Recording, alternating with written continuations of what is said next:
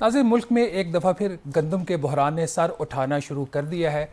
2 दिन पहले इक़्तिसादी राब्ता कमेटी का हंगामी इजलास हुआ और हंगामी इजलास के दौरान 10 लाख मेट्रिक टन तक जो गंदम है उसकी दरामद की इजाज़त दे दी गई। आखिर ये क्यों हो रहा है? आखिर पाकिस्तान को 3 साल के बाद फिर दोबारा गंदम दरामद करने की क्यों ज़रूरत पेश आ गई? ये भी एक ऐसे वक्त में जबकि ख़ुद सरकारी इदादोशुमार ये कहते हैं कि इस साल मुल्क के अंदर जो गंदम की पैदावार हुई है वो 30 मिलियन मेट्रिक टन के करीब है। हुकूमत के पास जो ज़खायर थे और निजी शोबे के पास इस 30 मिलियन मेट्रिक टन के अलावा वो कोई 20 लाख मेट्रिक टन थे। और अगर आप नंबर्स देखें जो फूड मिनिस्ट्री है उसके मुताबिक पाकिस्तान में इस वक्त जो गंदम है उसके अगर स्ट्रेटजिक रिजर्व्स के लिए भी 10 लाख टन की एलोकेशन कर दें, 268 मिलियन जो अफराद है उनकी ज़रूरियात के मुताबिक भी गंदम आप रख लें और उसके अलावा अगर कोई तकरीबन 15 लाख मेट्रिक टन जो गंदम है जो जिसको बीज के तौर पर इस्तेमाल होता है या उसका नुकसान हो जाता है जब फसल जो है उसकी कटाई होती है, उसको भी निकाल दें तो फिर भी मुल्क के अंदर इस वक्त जितनी ज़रूरत है उससे कोई 1.25 लाख मेट्रिक टन जो गंदम इजाफ़ी है। तो अगर ये गंदम 1.25 लाख मेट्रिक टन इजाफ़ी है तो फिर ये हंगामी तौर पर 10 लाख मेट्रिक टन जो गंदम है इसकी दरामद की इजाज़त क्यों दी गई? इतना हंगामी इजलास था कि जो वफाकी वज़ीर ख़जाना है जो चेयरमैन है ECC के, उन्होंने वर्चुअली इस इजलास की सदारत की। और इस इजलास से 2 दिन पहले मंडे को एक वीट बोर्ड का इजलास होता है और वीट बोर्ड के इजलास में जो चारों सूबाई हुकूमतें हैं उनके नुमाइंदों की तरफ से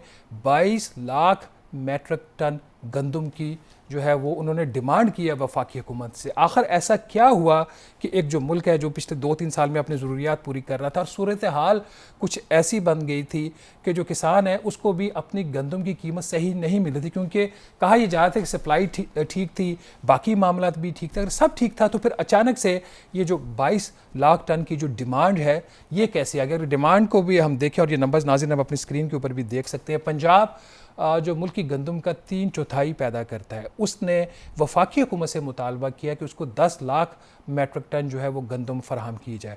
सिंध जो 16% मुल्क की जो टोटल गंदम पैदा होती है उसको वो फराहम करता है और सिंध की तरफ से जो डिमांड आई है वो कोई 7,20,000 मेट्रिक टन की है कि सिंध ने वफाकी हुकूमत से कहा कि हमें 7,20,000 मेट्रिक टन गंदम फराहम की जाए जिसमें 5 लाख टन इंपोर्ट करके दी जाए। खैबर पख्तूनख्वा जिसकी ज़रूरत हमेशा ही दूसरे सूबों से पूरी होती है क्योंकि खैबर पख्तूनख्वा जो है सेल्फ सफिशेंट नहीं है गंदम में, उसने भी 2 लाख मेट्रिक टन इंपोर्टेड गंदम और इसके अलावा कोई 2,25,000 मेट्रिक टन जो पास्को के पास है उस स्टॉक में से उसने फरहमी की बात की। कुछ 4.25 लाख टन गंदम खैबर पख्तूनख्वा की हुकूमत ने मांगी है और अब बलूचिस्तान उसने 57,500 मेट्रिक टन गंदम की डिमांड की है। तो अगर मुल्क में सब कुछ ठीक चल रहा था तो ये डिमांड्स कहाँ से आ रही? क्या ये मिसमैनेजमेंट का इशू है? क्या किसी जगह पे कोई कोताही हुई है? अगर इसके पीछे ऐसे कौन से जो उसकी रीज़न्स हैं कि आज पाकिस्तान 3 साल के बाद फिर जो गंदम है वो दरामद करने का फ़ैसला कर चुका है? ECC ने 3-4 बुनियादी फ़ैसले किए हैं नाज़रीन, जिसमें एक फ़ैसला तो ये था कि 5 लाख टन से लेकर 10 लाख टन गंदम की दरामद, लेकिन इसके साथ ही एक जो इक़्तिसादी राब्ता कमेटी ने एक स्टीयरिंग कमेटी की तश्कील दे दी है। अब ये जो स्टीयरिंग कमेटी है इसकी सरबराही दी गई है डिप्टी प्राइम मिनिस्टर इसहाक डार साहब के पास, उनको इसका सरबराह बनाया गया है और ये जो स्टीयरिंग कमेटी होगी ये डिसाइड करेगी कि ये जो असूली मंजूरी दी है इक़्तिसादी राब्ता कमेटी ने गंदम की दरामद की इसमें से कितनी और कब मंगवानी है। इसके हवाले से जो अहम चीज़ है वो ये है कि जो सूबे हैं, क्योंकि वफाकी हुकूमत कह रही है कि ये जो गंदम दरामद की जा रही है ये सूबों के बिहाफ पे की जा रही है, तो इसकी जो लेटर ऑफ क्रेडिट है जो बैंक के अंदर इसके अकाउंट्स खोलने हैं इंपोर्ट के लिए, ये पहले सूबे लेटर ऑफ क्रेडिट खोलेंगे, उसके बाद ही जो गंदम है वो दरामद की जा सकेगी। और ऐसा क्यों किया जा रहा है? ऐसा इसलिए किया जा रहा है कि आज से चंद साल पहले जब शुगर भी इंपोर्ट की गई थी सूबों की जो रिक्वायरमेंट्स हैं उसको पूरा करने के लिए, तो फिर सूबों ने बकौल वफाकी हुकूमत की अपनी जो अदायगियाँ वो वक्त पर नहीं की थी, एक सर्कुलर डेट का मसला जो है पैदा हो गया था। एक और जो इसके अंदर अहम सवाल है और ये बल्कि फ़ैसला है इक़्तिसादी राब्ता कमेटी का कि ये जो गंदम है ये ट्रेडिंग कॉरपोरेशन ऑफ पाकिस्तान जो एक हुकूमती मलकियती इदारा है TCP के ज़रिए हुकूमत ये गंदम इंपोर्ट करेगी, लेकिन इसकी जो अदायगियाँ हैं वो सूबाई हुकूमत करेंगी। अब यहाँ पे सवाल ये पैदा होता है, और जो वीट बोर्ड का जो इजलास हुआ था मंडे को, उसमें भी ये क्वेश्चन रेज हुआ कि आखिर जो टीसीपी ही क्यों, कि जो निजी शोबा है जिसको एक्सपीरियंस भी है वीट इंपोर्ट करने का, निजी शोबे की तरफ से इजाज़त मांगी गई कि हमें इजाज़त दें, हम वीट इंपोर्ट करेंगे। तो हुकूमत ने क्यों फ़ैसला किया कि ये टीसीपी के ज़रिए ही गंदम दरामद की जाएगी? क्या टीसीपी ज़्यादा एफिशिएंट है निजी शोबे से? तो फिर तो बेहतर फ़ैसला है। आखिर अगर क्या टीसीपी के साथ अगर निजी शोबे को भी इजाज़त दे दी जाती तो वो बेहतर ना होता? एक और जो चीज़ ईसीसी के सामने रखी गई इस हफ्ते वो ये थी कि अगर ये 10 लाख मेट्रिक टन जो गंदम है इसको दरामद जो होती है, तो इसके लिए जो रेवेन्यू रिक्वायरमेंट्स हैं, जो फॉरेन एक्सचेंज रिजर्व्स चाहिए, वो कोई $340 मिलियन एस्टिमेटेड है। एक्चुअल प्राइस क्या होगी वो तो बाद में पता चलेगा जब टेंडर खुलेगा और जब उस टेंडर की मंजूरी दी जाएगी। तो ये $340 मिलियन कॉस्ट तो एक होगी, और ये कॉस्ट है लैंडेड, जो पाकिस्तान की सी पोर्ट के ऊपर गंदम पहुंचेगी, एस्टिमेटेड। अगेन प्राइस का कब पता चलेगा? जब गंदम का टेंडर दे दिया जाएगा, उसका जो ठेका है इंपोर्ट का वो दे दिया जाएगा। लेकिन कराची से अगर गंदम पेशावर जानी है, वो पाकिस्तान के दूसरे शहरों में जानी है, तो उसकी जो ट्रांसपोर्टेशन कॉस्ट है वो बर्दाश्त करेंगी सूबाई हुकूमतें, जो ये गंदम जो है वो उठाएंगी।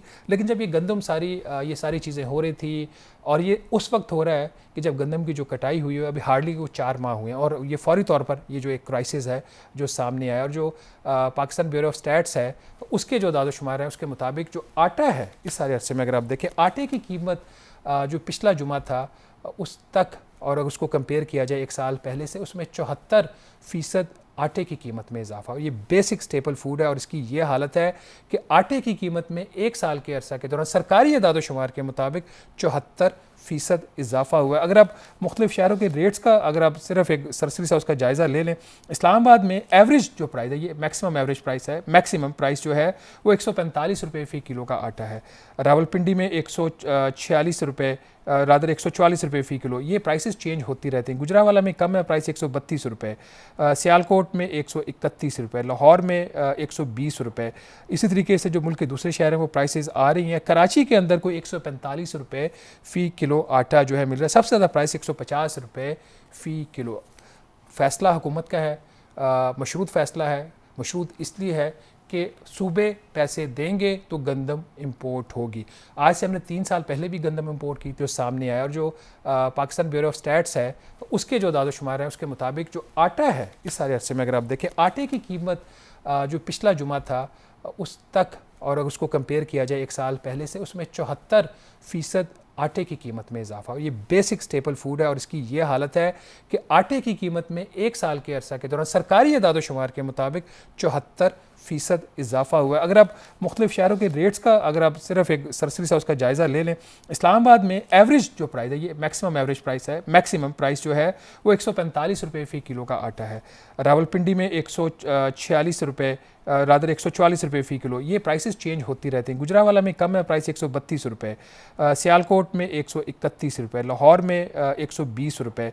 इसी तरीके से जो मुल्क के दूसरे शहर हैं वो प्राइसेस आ रही हैं। कराची के अंदर कोई 145 रुपये फ़ी किलो आटा जो है मिल रहा है। सबसे ज़्यादा प्राइस 150 रुपये फ़ी किलो।